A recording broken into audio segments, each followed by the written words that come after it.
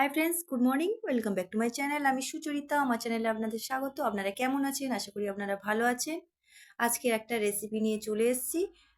এটা হচ্ছে ভেজিটেবল খিচুড়ি, যেটা হচ্ছে গোবিন্দভোগ চাল, সোনা মুগ ডাল দিয়ে ভ্যারাইটিস শীতের ভেজিটেবল দিয়ে এই খিচুড়িটা বানানো হবে। আপনারা দেখতে থাকুন। এই খিচুড়িটা বানাতে গেলে এই সবজিগুলো লাগবে। এইগুলো দেখুন, এই হচ্ছে বাঁধাকপি কাটা আছে, এখানে এখানে বিনস আছে, ফুলকপি আছে, গাজর আছে, এখানে আলু দিয়েছি, এখানে বাদাম আছে, আর গোবিন্দভোগ চাল 300 গ্রাম, ডাল 300 গ্রাম, আর শিমটা ভাজা হবে। আর এখানে একটা নিরামিষ সবজির তরকারি হবে, সেটাও কেটে রেখেছি। এখানে আদা জিরে আর হচ্ছে কালো জিরে এখানে আছে, শুকনো লঙ্কা আছে, এখানে চিনি আছে, সব কিছু নিয়ে এখানে রেডি করে রেখেছি।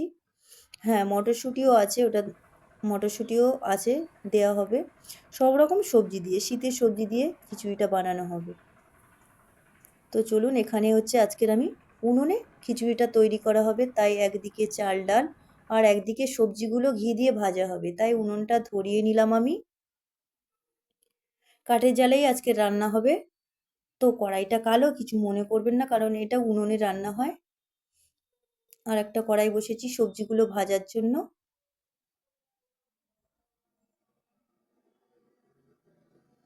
তো আজকের আমি উনুনে রান্না করব।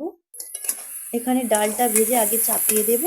আর যেহেতু হচ্ছে গোবিন্দভোগ আতপ চাল, সেহেতু একটু লেটে দেওয়া হবে। আর এখানে সবজিটা আগে করে নেওয়া হচ্ছে। সবজি একটা খিচুড়ির সাথে যেটা জমে ভালো, সবজি বেগুন ভাজা, শিম ভাজা, এগুলোই হচ্ছে খিচুড়ির সাথে খাওয়া হবে। তো তো ডালটা ভেজে আমরা সরিয়ে রেখেছি। এখানে হচ্ছে সবজিগুলো এই সাইডে ভেজে নিচ্ছি। ফুলকপিটা প্রথমে ভাজছি, গাজর সব একটা একটা করে ঘি দিয়ে সব ভাজছি।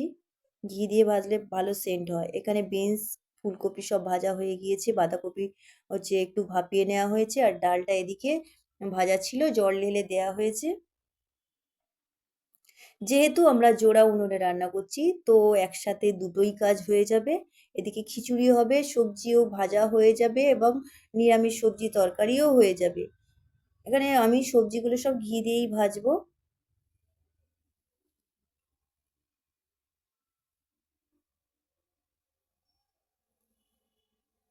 আমি 300 গ্রাম চাল নিয়েছি কিন্তু, আর 300 গ্রাম ওই হচ্ছে সোনামুগ ডাল। যতটা পরিমাণ চাল ততটা পরিমাণ ডাল দিলে খিচুড়িটা খুব সুন্দর হয়।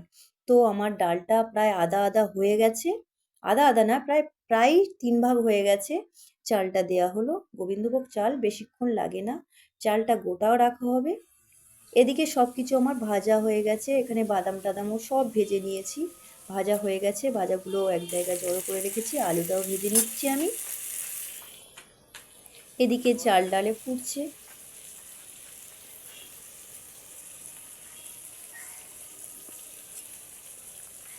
তো আজকে যেহেতু আমাদের নিরামিষ শনিবার, তাই হচ্ছে শনিবার করে আমরা নিরামিষ রান্না করছি বলে ওই জন্য সব কিছু নিরামিষই হচ্ছে।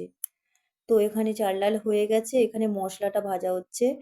তেজপাতা, শুকনো লঙ্কা দেখানো হয়নি, তেজপাতা, শুকনো লঙ্কা, আদা জিরে ভেজে নিয়ে চাল ডালের উপরে দিয়ে দিলাম। যেহেতু অনেকটা, তো কড়াইটা মশলার উপরে ঢালা যাবে না, মশলাটা নিয়ে চাল ডালের উপরে ঢেলে দিয়েছি। এবার ফুটছে। তো সবজিগুলো আস্তে আস্তে দিয়ে দিয়েছি। প্রায় আমাদের কমপ্লিট হয়ে এসছে খিচুড়িটা।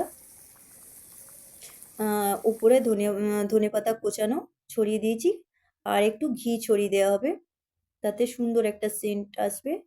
খিচুড়িটা খেতেও ভালো হবে। গোবিন্দভোগ চালের একটা আলাদা সেন্ট, খিচুড়িও একটা আলাদা সেন্ট। তো সব মিলিয়ে, দুটো মিলিয়েই ভালো লাগবে। খিচুড়িটা খেতেও খুব সুন্দর হয়েছিল।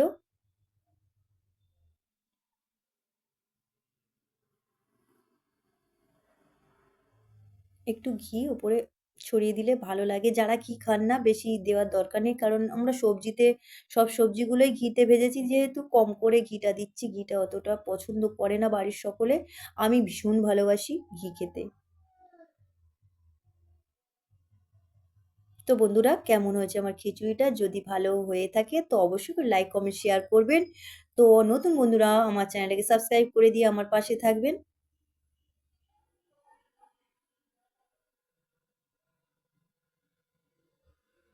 তো আজকের মতো টাটা, বাই বাই।